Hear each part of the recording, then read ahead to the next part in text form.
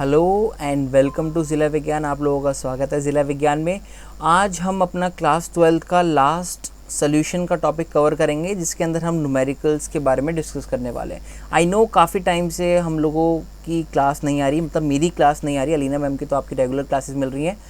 तो अब इसके काफ़ी ज़्यादा रीजंस थे। एक तो मेरे पर्सनल रीजंस भी थे और प्लस मेरी काफ़ी ज़्यादा ऑनलाइन क्लासेस चल रही थी, जिस वजह से मैं आपके साथ नहीं जुड़ पा रहा था ना। तो अब आपकी यहाँ पे रेगुलर क्लासेस आएंगी। अगर मैं थोड़ा सा आपको स्केड्यूल बताऊँ ना, तो अगर हमारा जो चैनल है वो 9th से 12th तक इनिशियली डील करने वाला है ना, और साइंस के मोस्टली सब्जेक्ट्स। तो 9th के अंदर केमिस्ट्री तो आपकी अलीना मैम आपको करा ही रही है, एकदम बहुत अच्छे से आपको चल रहा है सारा, ठीक है। तो और 9th के जो बचे हुए साइंस के हैं, जैसे फिजिक्स हो गया आपका और बायो हो गया, तो इनकी वीडियोज़ आपको टॉप क्वालिटीज़ की मैप आपको प्रोवाइड कराने वाला हूँ, ठीक। और जैसे बोर्ड क्लासेस हो गई हमारी 10th की, तो 10th के अंदर अगर मैं बात करूँ आपसे, तो 10th के अंदर आपको क्या रह गया, फिजिक्स, केमिस्ट्री और बायो है ना, तो इनकी वीडियोस भी आपको धीरे धीरे मिलने लग जाएंगी। और 12th वाला पोर्शन तो हमारा चल ही रहा है। तो कुल मिला के आपको बेस्ट क्वालिटी कंटेंट देने की हमारी ट्राई रहेगा। पहले हमारी इंटरेक्टिव सेशन वीडियोस नहीं होती थी, अब आपको हमारी इंटरेक्टिव वीडियोस मिलेंगी। जैसे आप मुझे देख पा रहे हैं लाइव, तो आपको इंटरेक्टिव वीडियोस मिलने वाली है, ठीक है। तो काफ़ी सारी चीज़ें हमने प्लान कर रखी हैं और काफ़ी ज़्यादा टीचर्स इसके साथ जुड़ेंगे आगे जाके आपके लिए, और बेस्ट क्वालिटी कंटेंट हम लोग आपको प्रोवाइड कराने की कोशिश करेंगे, ठीक है। बस आप लोगों से ये है कि हमारा एकदम ग्रोइंग स्टेज में अभी हम एकदम इनिशियली हैं, तो आप प्लीज़ हमारे चैनल को आप सब्सक्राइब ज़रूर कीजिएगा। आप करेंगे ना तो हम लोगों को बहुत अच्छा लगेगा, ठीक है। तो आज हम क्या नाम है 12th का ये वाला टॉपिक ख़त्म करते हैं, उसके बाद देखते हैं ऑर्गेनिक केमिस्ट्री स्टार्ट करने का मैं आपके साथ सोचता हूँ, ठीक है। तो चलिए स्टार्ट करते हैं। तो ये सोल्यूशन के बारे में अगर बेटा मैं बात करूं, तो आपको मैंने कुछ न्यूमेरिकल्स वगैरह पोर्शन कराए थे आपको, ठीक है। तो न्यूमेरिकल्स आपको करने से पहले आपको फॉर्मूले याद होने चाहिए। पहले आपको हेनरी लॉ का फॉर्मूला याद होना चाहिए, मैंने आपको बताया था। Partial pressure equals to Henry constant into में मोल फ्रैक्शन, ये आपका फॉर्मूला होता है। मास परसेंटेज ऑफ सॉल्यूट अगर मैंने आपको लिखा था वहाँ मास बाय मास, तो इसका मतलब क्या था बेटा, अगर मैं मास बाय मास लिखा हो तो इस केस के अंदर अगर आप जो टोटल सोल्यूशन है उसका मास आप कितना लेट करेंगे, 100 ग्राम लेट करेंगे। याद है आपको, मैंने स्टार्टिंग में कराया था। पार्ट्स पर मिलियन क्या होता है, आपको 10 की पावर 6 से आप मल्टीप्लाई करते हैं। मोलैरिटी क्या होती है आपकी, number of moles of solute present in per litre of solution. Molality क्या होती है, number of moles of solute present in per kg of solvent, ठीक है। और फिर राउट्स लॉ के बारे में आपको बता रखा है यहाँ पे। फिर आपके क्या आपका फर्स्ट आप देखेंगे तो आपको relative lowering in vapour pressure, उसके बारे में elevation in boiling point, depression in freezing point, osmotic और इवेंट ऑफ फैक्टर वाला आपका इस बार के लिए टॉपिक कट चुका है, ठीक है। तो ये सारे फॉर्मूले हैं जो आपने अभी तक देखे होंगे मेरे साथ। अब हम क्या कर रहे हैं, अब आपको मैं कुछ क्वेश्चंस कराने वाला हूँ, इंटेक्स क्वेश्चन, और जो आपके एग्जाम में रिपीट हो सकते हैं और या फिर इसी टाइप के क्वेश्चन जो आ सकते हैं, ठीक है। तो हम इसको देखते हैं। फर्स्ट क्वेश्चन क्या कह रहा है आपका, mass of percentage of benzene is, आपको कितना दे रखा है, 22 ग्राम दे रखा है, और आपको डिसॉल्व किया है इसने 122 ग्राम ऑफ कार्बन टेट्राक्लोराइड। तो यहाँ पे देखते ही पता लग रहा है जो मास ऑफ बेंजीन दे रखा है वो क्या है, आपका सोल्यूट का मास दे रखा है। तो आपको सोल्यूट का मास कितना दे रखा है जी, 22 ग्राम। अगर मैं बात करूँ आपसे सॉल्वेंट का, तो सॉल्वेंट का मास कितना दे रखा है इन्होंने, 122 ग्राम दे रखा है। अगर मैं यहाँ से सोल्यूशन की बात करूँ तो सोल्यूशन का मास कितना आएगा, आप दोनों को प्लस कर दीजिए, 144 ग्राम। तो ये सोल्यूशन का मास आ गया, ठीक है।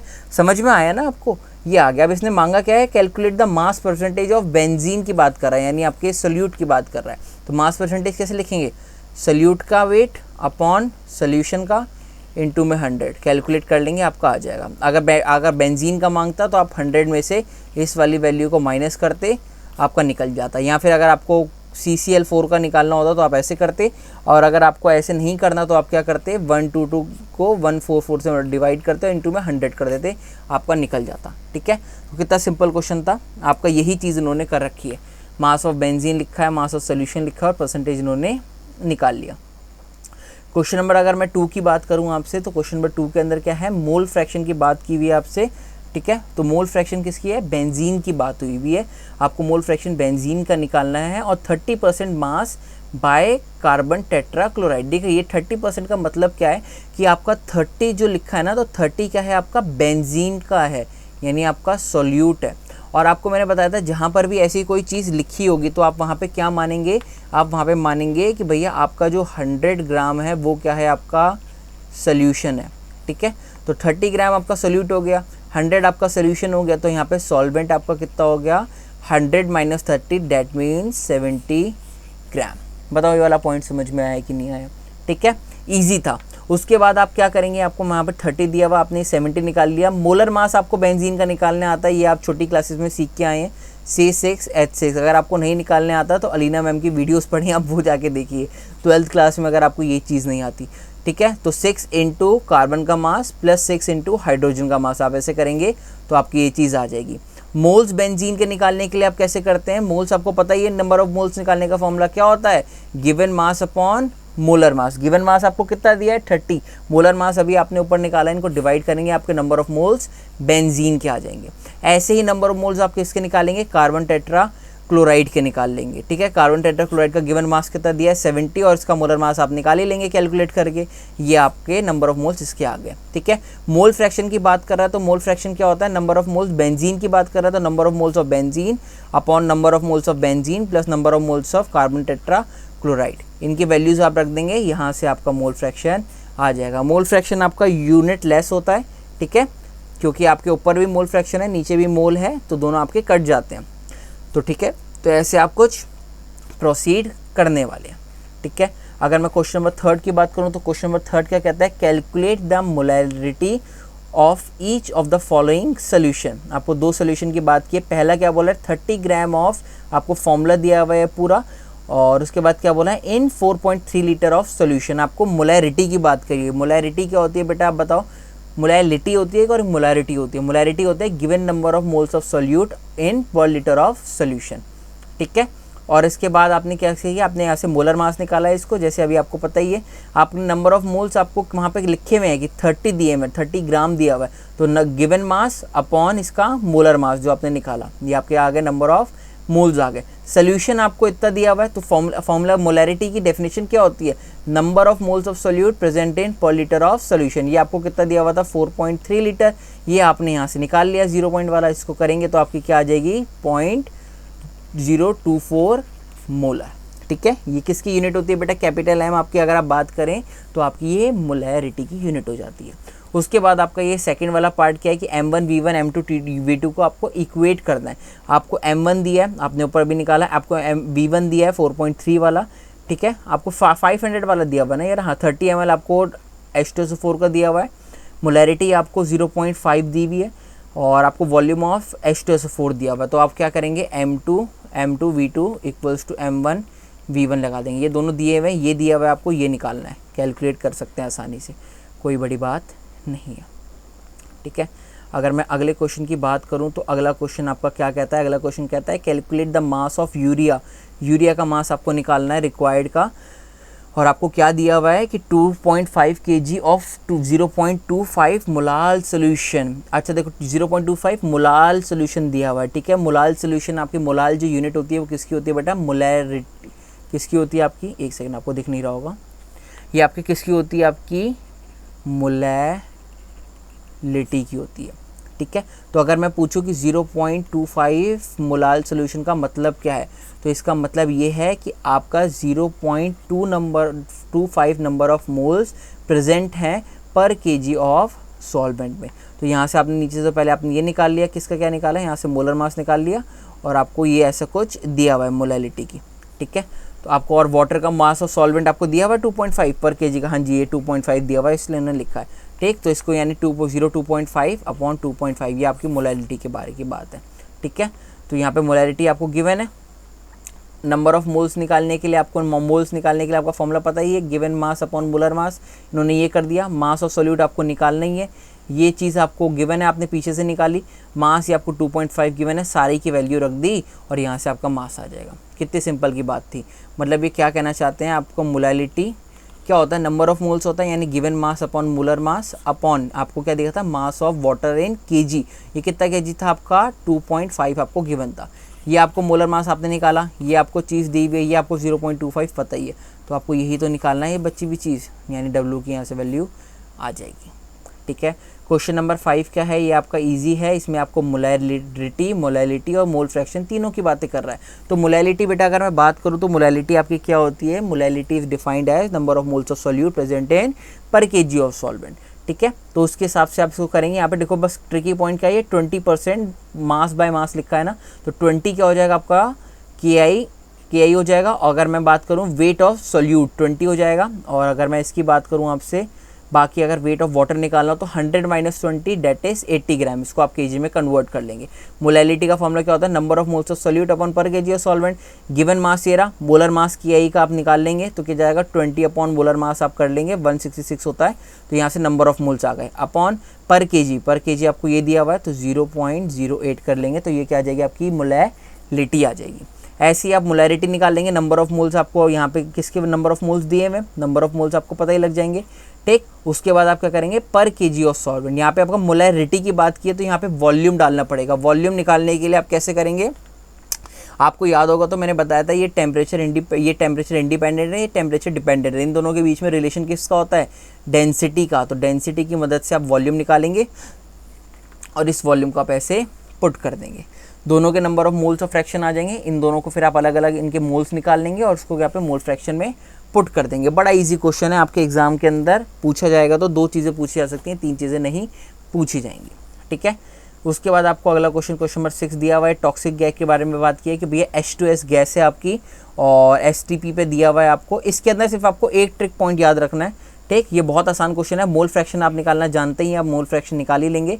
इसके अंदर बस आपको जो प्रेशर दिया हुआ है ना, वो प्रेशर के बारे में आपको थोड़ा सा कैलकुलेट करना है। ये हेनरी लॉ वाला, यहाँ से आपने मोल फ्रैक्शन निकाला, मोल फ्रैक्शन निकालने के बाद P = KH इंटू में मोल फ्रैक्शन, ये फॉर्मूला होता है ना आपका। तो आपको यहाँ से प्रेशर, तो आप मोल फ्रैक्शन तो आप ऊपर से निकाल ही लें, ठीक है। STP के ऊपर जो प्रेशर होता है बेटा वो आपको होता है 0.976 बार, ठीक है। तो आपको ये पता लग जाएगा। तो यानी इसको इससे डिवाइड कर देंगे तो KH की वैल्यू आपकी आ जाएगी। यही आपको यहाँ से दिया हुआ है, ठीक है।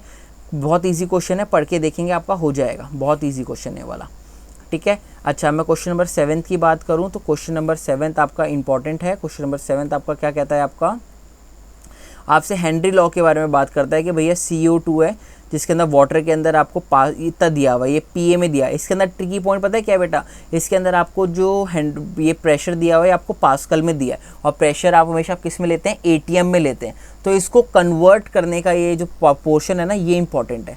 जब भी आपको पास्कल में दिया और आपको ATM में करना हो ना तो 1/101325 से आप मल्टीप्लाई कर दीजिए।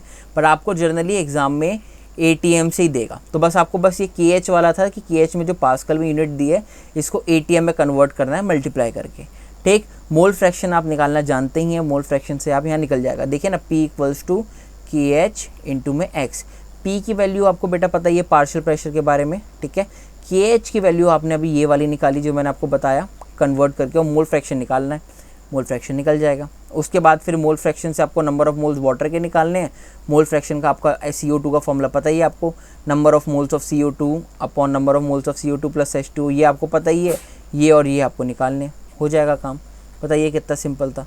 सिर्फ आपको टेक्निक जो थी वो आपकी कन्वर्जन वाली थी, पास्कल से आप ATM में कैसे कन्वर्ट करते हैं, और ये आपको छोटी क्लासेस में, यानी अगर मैं बात करूँ 11th क्लास के अंदर आपको सिखाया गया होगा, ठीक है।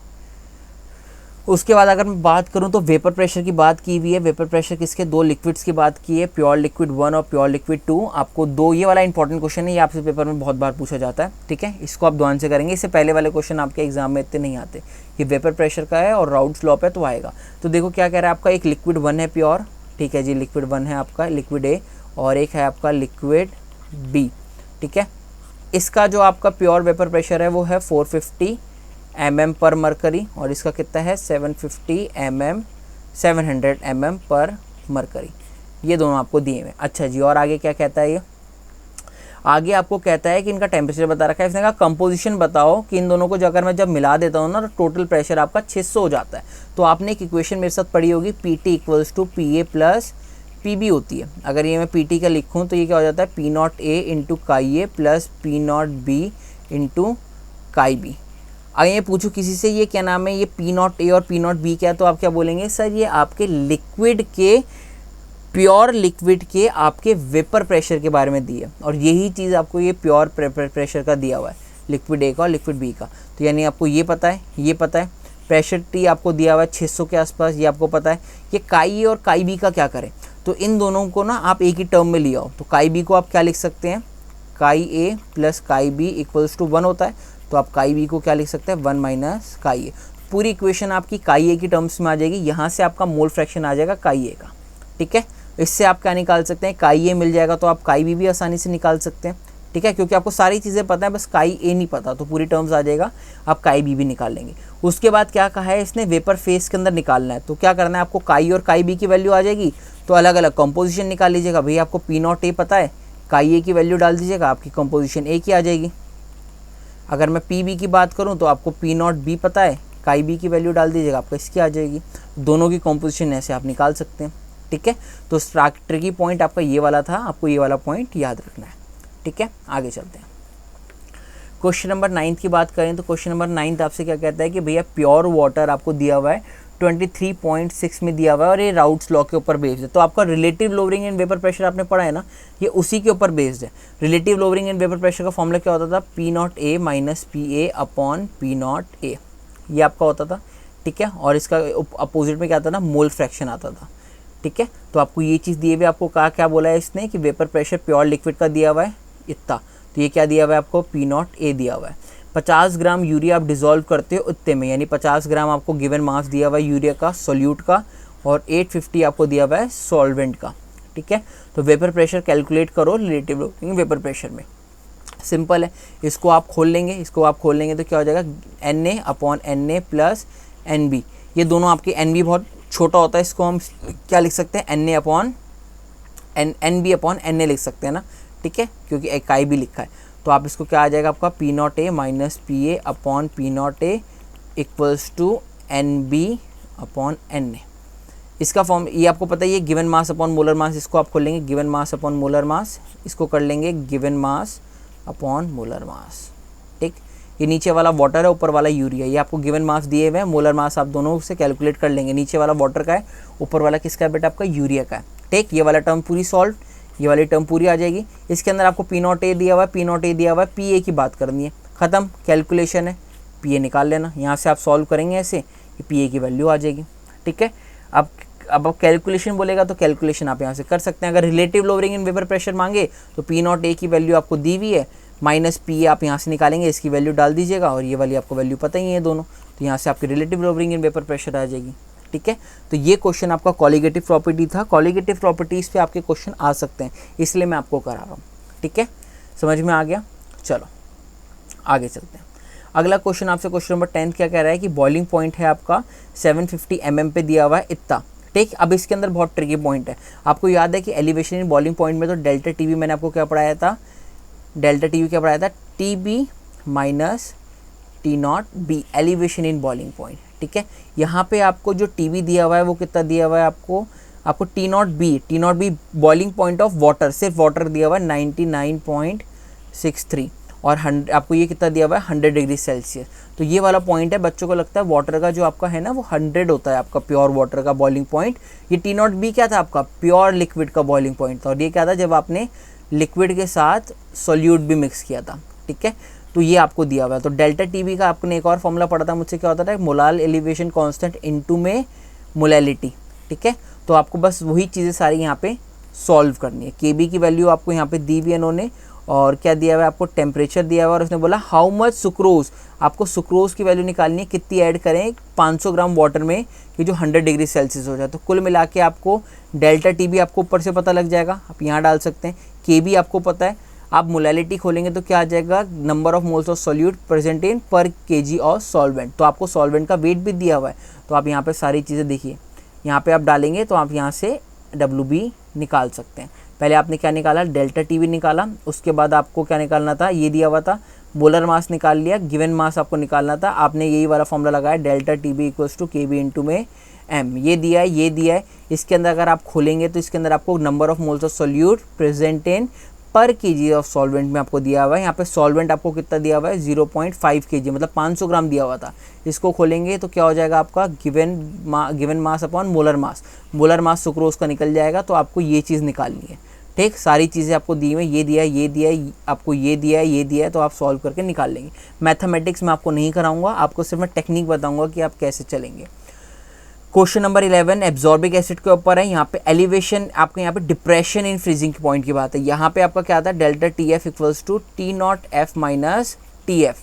ठीक, एक ये चीज़ थी और क्या था आपका, delta T F equals to K F into में एम। ये दो फॉर्मूले थे, इन्हीं दो फॉर्मूलों का आप यूज़ करेंगे।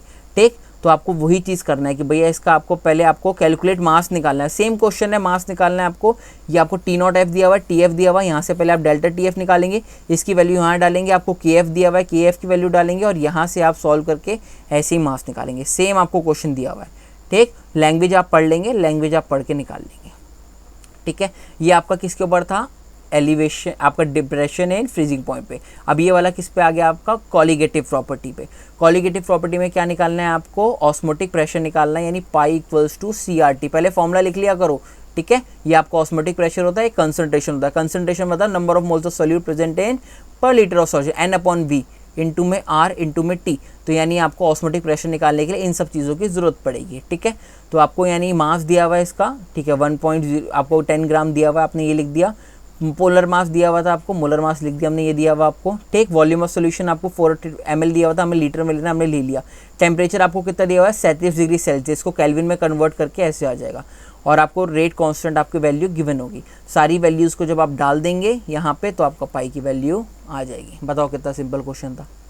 ठीक, इसकी वैल्यू आप निकाल लेंगे, पास्कल के अंदर आपकी आ जाएगी। उसके बाद आपको नीचे टाइप्स ऑफ सोल्यूशन के बारे में एक क्वेश्चन पूछा है। ये थ्योरेटिकल क्वेश्चन मैं आपको ऑलरेडी बहुत करा चुका हूँ। ठीक, ये आप कर लेंगे सारा ना। फिर मोल फ्रैक्शन क्या होता है, मोलैलिटी क्या होती है, मास परसेंटेज क्या होता है, पहले दूसरे लेक्चर में जाके देखोगे, मैंने खूब डिटेल में समझा रखा है। आगे चलेंगे, आपका ये कॉन्सेंट्रेटेड एसिड के ऊपर है। ये भी आपका सेम है, लेबोरेटरी वर्क वाला। ये वाला क्वेश्चन आप खुद करेंगे, ये आपके लिए होमवर्क है। अगला क्वेश्चन हमने डिस्कस करते हैं। अगला क्वेश्चन आपका क्या दिया हुआ है, इसके अंदर भी आपको यही वाला पॉइंट है। 10% W/W दिया हुआ है ना, इसका मतलब क्या होगा कि 10 होगा वो क्या होगा आपका सोल्यूट। और अगर मैं सोल्यूशन की बात करूँ तो 100 क्या होगा आपका सोल्यूशन और 90 क्या हो जाएगा आपका सॉल्वेंट। 90 कैसे आया आपका 100 माइनस 10 करके। ये वाली बात आपको इंपॉर्टेंट है, आपको पता होनी चाहिए कि ये कैसे आ रहा है। अगर आपको नहीं पता होगी तो बेटा आप नहीं कर पाएंगे।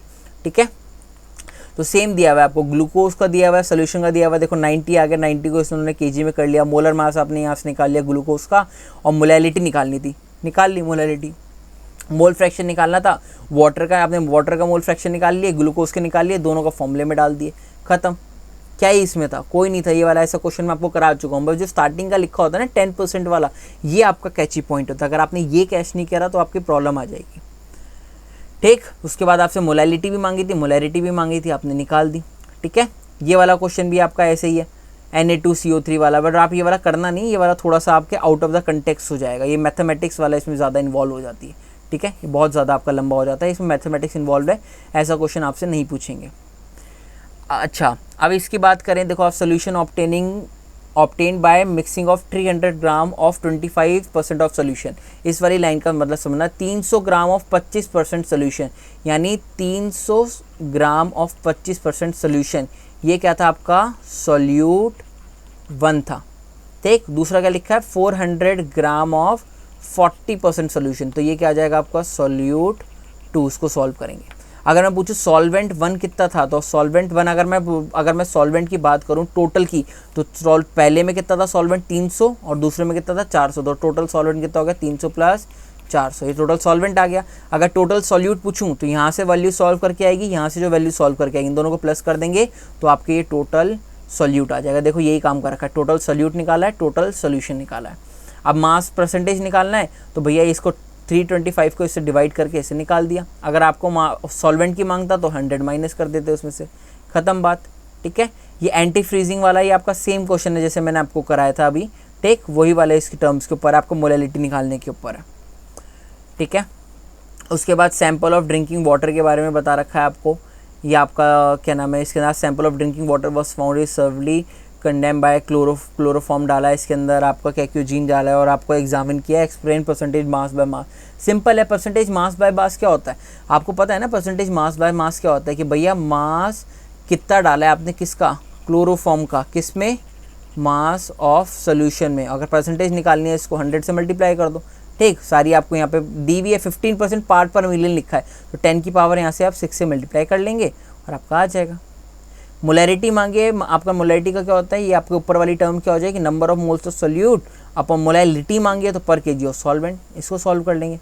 ठीक है, इजी था क्वेश्चन। इसके बाद आपका केन शुगर वाला क्वेश्चन है, सेम वही क्वेश्चन है जो मैंने आपको कराया था कि केन शुगर 5% ऑफ शुगर है, केन शुगर आपने डाली है और 5% आपका ग्लूकोज है। तो पहले आप केन शुगर को अलग लेके चलिए, ग्लूकोज को अलग लेके चलिए और दोनों इक्वेशन को आप डिवाइड कर दीजिए, आपका आंसर आ जाएगा। देखिए आपने यहाँ पे गिवन मास 5 ग्राम दिया हुआ था, तो वाटर कितना हो जाएगा 100 - 5 दैट इज 95। मोलर मास आप शुगर का निकाल ही सकते हैं। डेल्टा TF आपको यहाँ पे पॉइंट दिए हुए हैं, यहाँ पे देखो प्योर का आपको इतना दिया हुआ है 273 और उसका कितना होगा यहाँ पे दिया होगा 271, ये रहा, उसको आपने करा ऐसे आ गया। डेल्टा TF का आप निकालेंगे, फॉर्मूला लगा लेंगे, ऐसे आप ग्लूकोज का निकालेंगे, दोनों को डिवाइड कर देंगे, आपके केल्विन के अंदर टेम्परेचर आ जाएगा। ठीक है, ये 21 वाला क्वेश्चन आप छोड़ दीजिएगा, ये बड़ा वैसा है, आपके में नहीं पूछा जाएगा, ये बहुत वैसा है, इसके अंदर मैथमेटिक्स की टर्म्स इन्वॉल्व होती हैं। ठीक है, 22 क्वेश्चन वाला क्या है, ग्लूकोज प्रेजेंट है आपका लीटर के सोल्यूशन में, ये भी आपका ऑस्मोटिक प्रेशर के ऊपर है, इंटेक्स क्वेश्चन है आपका ये। ठीक है, तो सारे क्वेश्चन ऐसे ही थे आपके, इंटेक्स क्वेश्चन के ऊपर है, आप ये निकाल लेंगे। उसके बाद आपको ये वाला क्वेश्चन क्या दिए हुए हैं, Cl2 एसीटोन और ये सारे क्वेश्चन दिए, बहुत ईजी है। तो कुल मिला के मैं बोलूँ ना तो आपके एग्जाम के अंदर यहाँ से सिर्फ 3 मार्क्स का न्यूमेरिकल आएगा, और कंफर्म मैं बताऊँ 3 मार्क्स का न्यूमेरिकल आपके सिर्फ 4 चीज़ों के ऊपर आ सकता है, कॉलिगेटिव प्रॉपर्टीज़ पे आएगा और कुछ नहीं। आपका relative lowering in vapour pressure, take elevation in boiling point, depression in freezing point और उसका आपका ऑस्मोटिक प्रेशर, इन 4 चीज़ों के ऊपर आएगा। अगर आपका न्यूमेरिकल इनमें से नहीं आया तो आपका राउट्स लॉ पे आ जाएगा, ख़त्म, क्योंकि राउट्स लॉ की एप्लीकेशन ही तो है relative lowering in vapour pressure, तो इन दोनों में से आ जाएगा। आपको मैंने कराया था ना 400 टेम्परेचर होता है, 700 प्योर है और ये वाला, तो ये वाला क्वेश्चन है। तो इन्हीं 5-7 वेराइटी जो थी मैंने आपको सारी वेराइटी कवर कराने की कोशिश करी है, इसके बाहर आपको वेराइटी नहीं मिलेगी। मैं ये नहीं कहूँगा कि यही क्वेश्चन डायरेक्टली आपके उठ के आ जाएगा, बट इसके अंदर थोड़े से ऊपर नीचे चेंजेस हो जाएंगे, न्यूमेरिकल्स में वैल्यूज चेंज हो जाएंगी, बट आपको कंटेक्स्ट यही मिलेगा। ठीक है, अब आप सारे प्रीवियस ईयर के क्वेश्चन आप लगा सकते हैं, और ये नहीं कि इसके अंदर अगर आपको 300 क्वेश्चन प्रदीप में और उसमें 200 क्वेश्चन आपके SS पठानिया में तो आप वही लगाने बैठ जाओ, नहीं यार, इतने मत लगाना। एक टाइप के 3-4 क्वेश्चन कर लो बस, कम से कम 50 क्वेश्चन करने बैठोगे तो टाइम वेस्ट करोगे। ठीक है, आप क्वालिटी पढ़ो, क्वांटिटी मत पढ़ो। ठीक है, चलो, तो आप इस वीडियो को लाइक करना, शेयर कर देना अपने दोस्तों के साथ, और प्लीज़ चैनल को सब्सक्राइब करना यार, बहुत टाइम हो गया आप लोग सब्सक्राइब नहीं करते हो और बढ़ भी नहीं रहे सब्सक्राइबर ना, प्लीज़ आप चैनल को सब्सक्राइब करो। ठीक है, और आपके लिए ढेर सारी काफ़ी सारी जो आप बोलेंगे वो वीडियोज़ आएंगी। आपको जो भी डाउट हो किसी भी चैप्टर में हो आप बताइए, और आपको अब वीडियोज़ वही मिलने लग जाएंगी। ठीक है, thank you so much for watching, take care.